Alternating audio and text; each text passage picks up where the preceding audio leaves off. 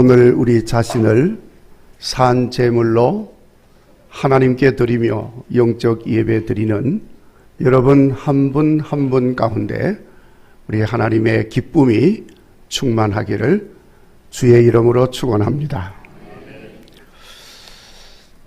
전에 복화술 하시는 분의 간증을 들은 적이 있었습니다. 여러분 복화술이 뭔지 아시죠?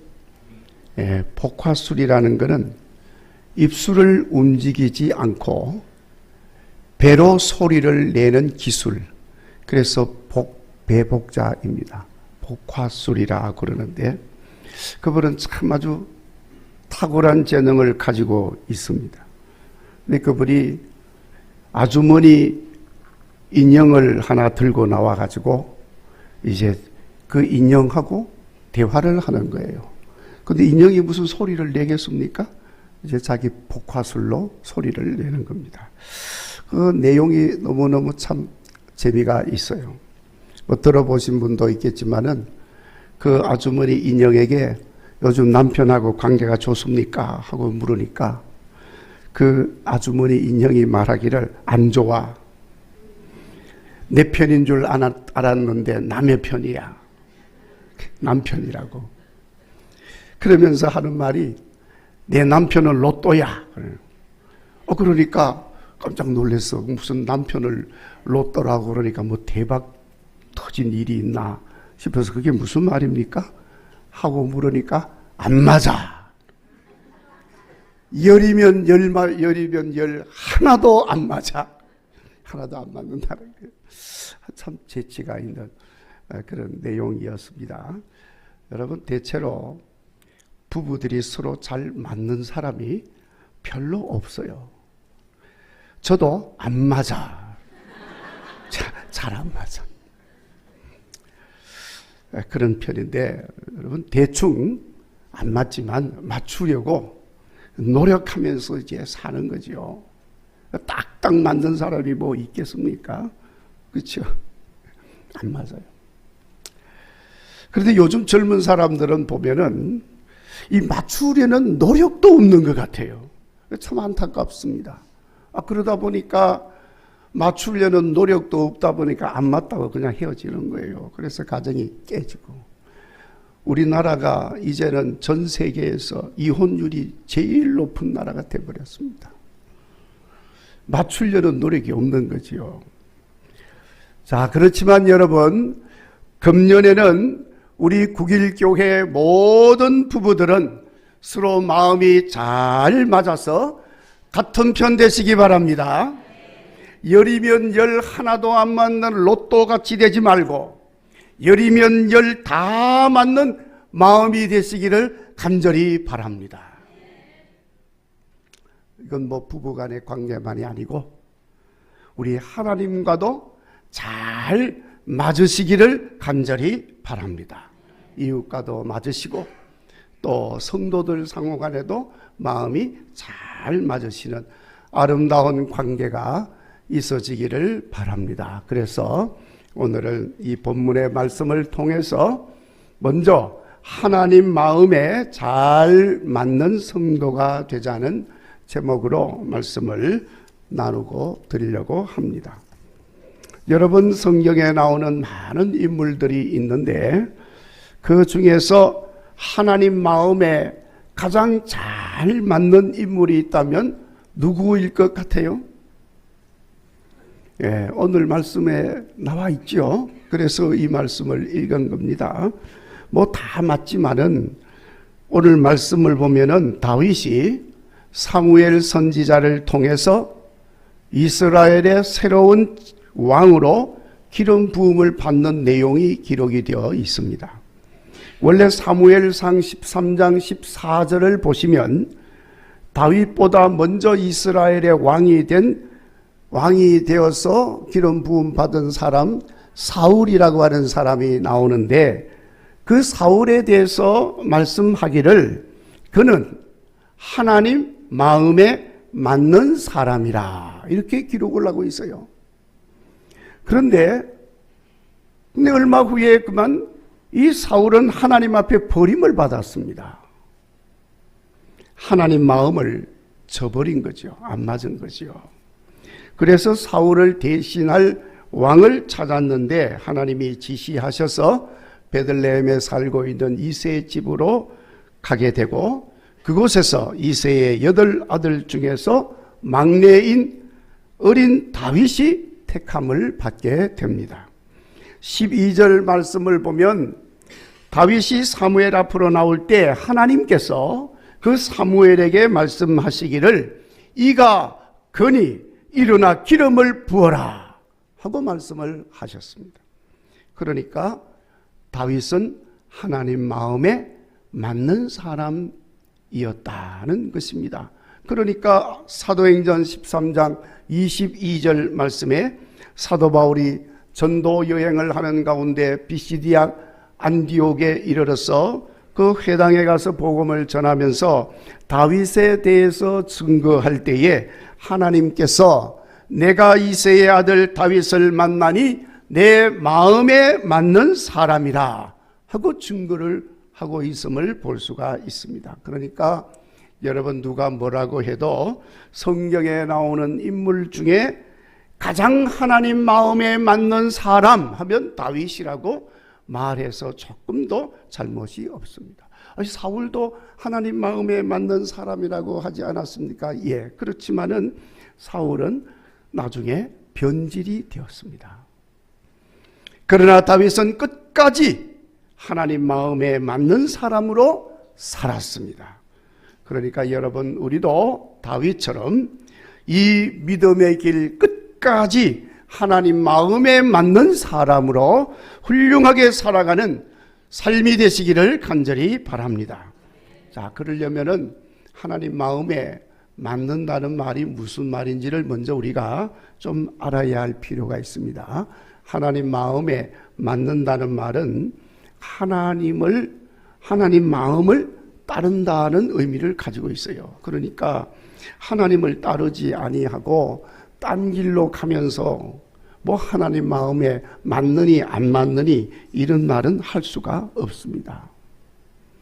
일단 하나님의 마음을 따라야 되는 거예요. 그 전에 번역한 성경 말씀에는 하나님 마음에 합한 사람이라고 번역을 했어요. 자, 그래서 흔히 우리가 설교할 때도 하나님 마음에 합한 사람이 되도록 힘씁시다 하고 이제 설교를 우리 하지 않습니까? 물론 그런 의미도 있습니다. 그러나 보다 정확한 의미는 나는 부족하고 연약하여 무슨 자격이 있어서 하나님 마음에 합한 사람이 아니고 나는 도무지 부족하지만은 하나님의 도움이 필요한 사람입니다 하는 사실을 깨닫고 그걸 고백하면서 구원하시는 하나님을 바라는 마음을 갖는 것을 우리가 하나님 마음에 합한 것이라고 말을 하는 것입니다. 그러니까 택함받고 부름받고 세움받을 때 내가 이미 부족함이 없이 완벽한 사람이 되어서가 아니라는 거예요. 나는 여전히 부족한데, 나는 여전히 연약한데, 그러나 내 마음이 오직 하나님의 도움을 구하는 마음으로 가득해서 하나님만 바라고 사는 삶을 삽니다. 이런 의미가 그 속에 있는 것입니다. 좀 쉽게 말씀을 드리면 요즘 사람들은 잘 사용하지 않습니다만은 라디오라는 게 있습니다. 여러분 다 아시죠? 그 요즘 라디오는 좀 옛날 우리가 사용하던 라디오하고는 좀 다릅니다. 근데 요즘 하여튼 라디오라고 하는 것은 라디오에서 나오는 소리를 정확하게 잡음이 없이 들으려면은 주파수를 잘 맞춰야 돼. 주파수를 잘 맞추지 않으면 좋은 소리를 들을 수가 없어. 그냥 이 잡된 소리만 들립니다. 그러나 우리가 주파수를 잘 맞추면 깨끗한 소리를 들을 수가 있죠. 그와 마찬가지로 내 마음을 하나님 마음에 정확하게 맞추는 거예요. 내가 소리를 내는 게 아니지 않습니까? 이미 소리는 방송국에서 송출을 하기 때문에 다 나오는 소리입니다. 그러나 나는 소리를 내지를 않지만 내가 내 마음을 가지고 라디오 주파수에 주파를 맞추고 귀를 기울이면 깨끗한 소리를 듣게 되는 겁니다. 그러나 마음도 없고 주파수도 맞추지 아니하면 어떤 소리도 들을 수가 없고, 듣는다 하더라도 세상에 잡된 소리만 들릴 뿐인 것입니다. 자, 여러분, 오늘 말씀도 사무엘이 사울을 대신할 새로운 왕을 세우기 위해서 하나님 명령을 따라 베들레헴에 있는 유다 지파 이새의 집으로 갔습니다. 이새의 아들들을 장남부터 시작해서 다 나오도록 불렀습니다. 제일 먼저 장남이 나오는데 보니까 사무엘이 눈에 보일 때 너무 출중해서 한눈에 이 사람이 기름 부음을 받을 사람이구나 하고 생각을 한 거예요. 그런데 하나님께서는 그런 사무엘의 생각을 아시고 아니다. 나는 외모를 보지 아니하고 중심을 본다. 그러면서 둘째, 셋째 다 바꾸시키고 이새의 집에서 그 아들들 중에 가장 어린 다윗을 지명을 하십니다. 그러니까 다윗이 무슨 형들보다 더 출중하다거나 형들에 비해서 아무런 흠이 없거나 뭔가 자격을 잘 갖추어서 하나님 마음에 맞은 것이 아니다는 것입니다. 단지 그냥 하나님께서 하나님 마음에 맞는다고 여겨서 하나님이 택한 거예요. 우리는 그걸 은혜라고 부릅니다. 여러분, 우리가 그리스도인이 된 것이 무슨 자격이 있어서 그리스도인이 된 것이 아니지 않습니까? 우리는 다 죄인이었습니다. 우리는 다 무익한 자였습니다. 바울이 고백한 것처럼 비방자요, 박해자요, 폭행자였습니다. 이방인이었고 원수같이 지냈던 사람들이었습니다. 그런데 그런 우리를 하나님이 택하여 주시고 불러주시고 하나님의 자녀로 삼으신 것입니다. 또 어떤 사람에게는 거룩한 직분까지 주셨습니다. 자격이 있어서 준 게 아니죠. 하나님의 은혜인 줄로 믿습니다. 전적으로 다윗처럼 하나님께서 하나님 마음에 맞는 사람이라 여기시고 은혜로 세워준 것입니다. 그러니까 여러분, 이제 우리는 하나님께서 한량없이 부족한 나를 하나님 마음에 맞는 사람으로 택하여 주셨다고 하는 이 은혜를 잊어서 안 된다는 것입니다. 이미 우리는 다 하나님 마음에 맞는 사람으로 부름을 받은 거예요. 이걸 잊어버리면 어떻게 됩니까? 버림받은 사울처럼 되는 것입니다. 여러분 아시다시피 사울은 자기가 마치 무슨 자격이라도 있어서 이스라엘의 왕이 된 줄로 알았습니다. 물론 처음에는 그렇지 않았지요. 처음에는 겸손하였고 순수하였고 그랬습니다.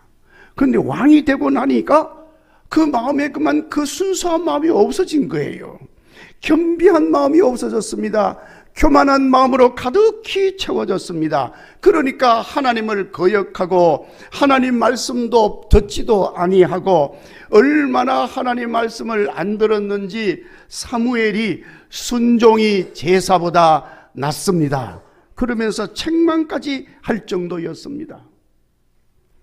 그러나 사무엘을 통해 깨닫도록 말을 해주었지만은 사울은 다 무시하고 회개하지 않았습니다.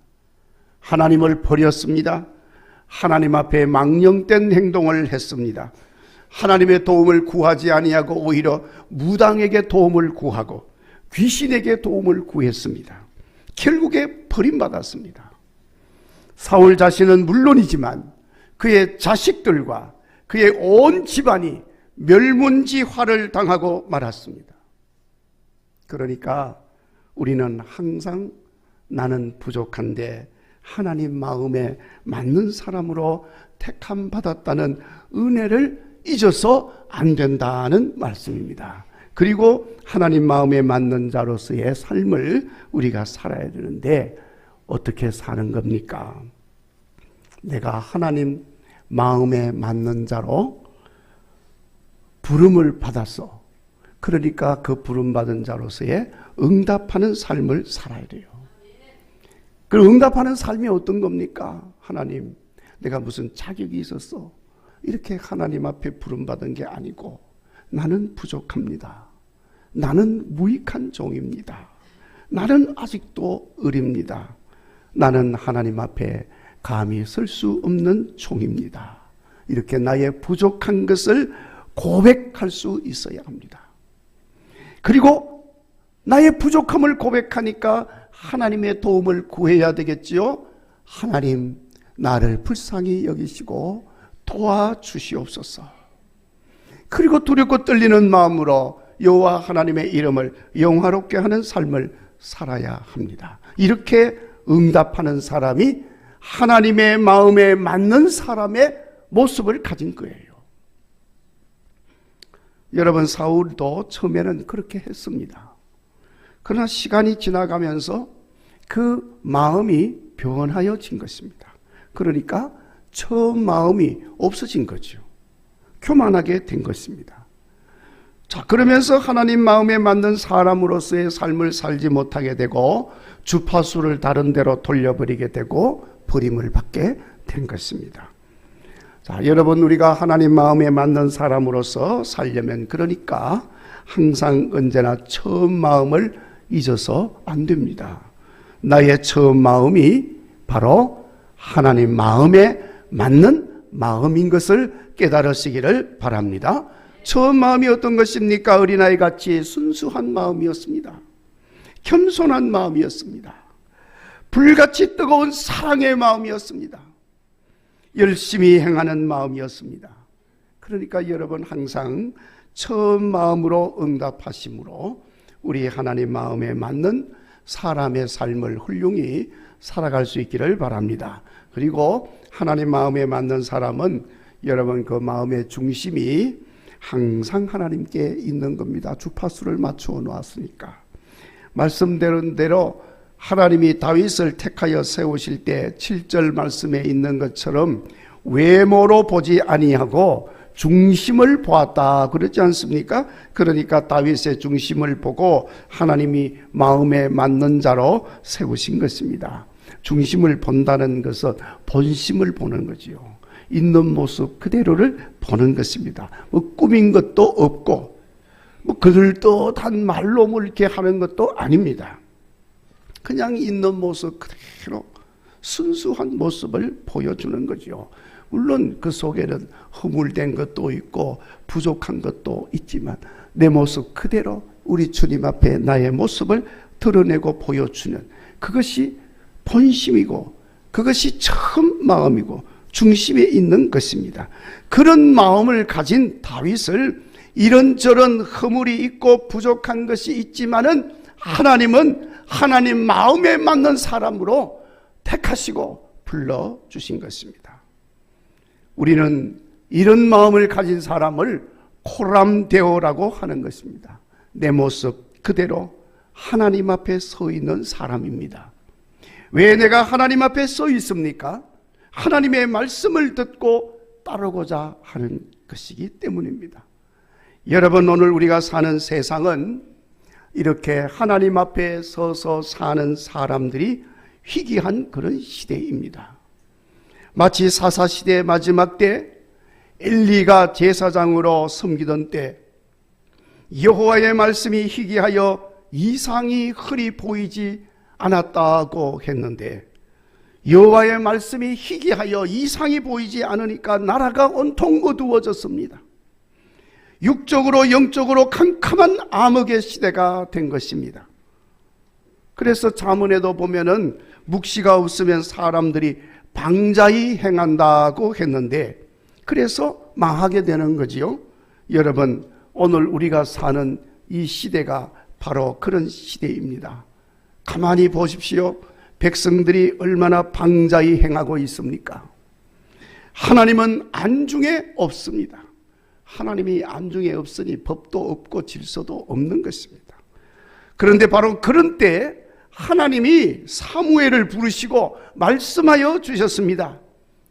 그와 마찬가지로 그러한 때 오늘 우리를 부르셔서 하나님 마음에 맞는 사람으로 우리를 택하여 세워주신 것입니다. 그러므로 항상 우리는 여호와 하나님 앞에 서서 하나님의 말씀을 듣는 자로서의 삶을 살아야 하는 줄로 믿습니다. 사무엘이 하나님의 말씀이 임할 때 여호와여 말씀하여 주시옵소서 종이 듣겠나이다 하였던 것처럼 주의 말씀에 귀를 기울이는 삶을 사는 성도가 되어야 할 줄로 믿습니다. 고람되어 여호와 하나님 앞에 서서 하나님 말씀에 귀를 기울이는 하나님 마음에 맞는 우리가 있는 한, 여러분 아무리 무법한 자들이 많고 불법한 자가 많은 세상이라 할지라도 이 나라는 망하지 않을 줄로 믿습니다. 이렇게 하나님 마음에 맞는 사람이 어떤 사람인지를 알고 응답하고 산다면 우리 하나님께서 성령을 부어 주시어서 우리 마음에 하나님 마음에 맞는 사람의 삶을 훌륭하게 살아갈 수 있도록 인도하여 주시는 것을 믿으시기를 바랍니다. 그래서 오늘 13절 말씀에도 보면은 사무엘이 다윗에게 기름을 부으니 그날 이후로 다윗이 여호와의 영 성령에 크게 감동되었다고 기록을 하고 있습니다. 그래서 항상 성령의 인도함을 따르니까 하나님과의 관계가 아름답게 이루어지는 삶을 살게 되는 거지요. 이렇게 하나님과의 관계가 아름답게 이루어지니까 다윗이 많은 시련도 있었지만 그 모든 것들을 잘 극복하고 결국에는 하나님 뜻하신 대로 사울의 뒤를 이어서 왕이 되고 다윗의 왕조를 세워가게 된 것입니다. 뿐만 아니라 하나님과의 관계가 잘 이루어지므로 다윗은 위대한 하나님의 구원의 역사를 이루는 뿌리가 되었습니다. 구세주 예수님이 세상에 오시는데 쓰임받는 통로가 되어진 것입니다.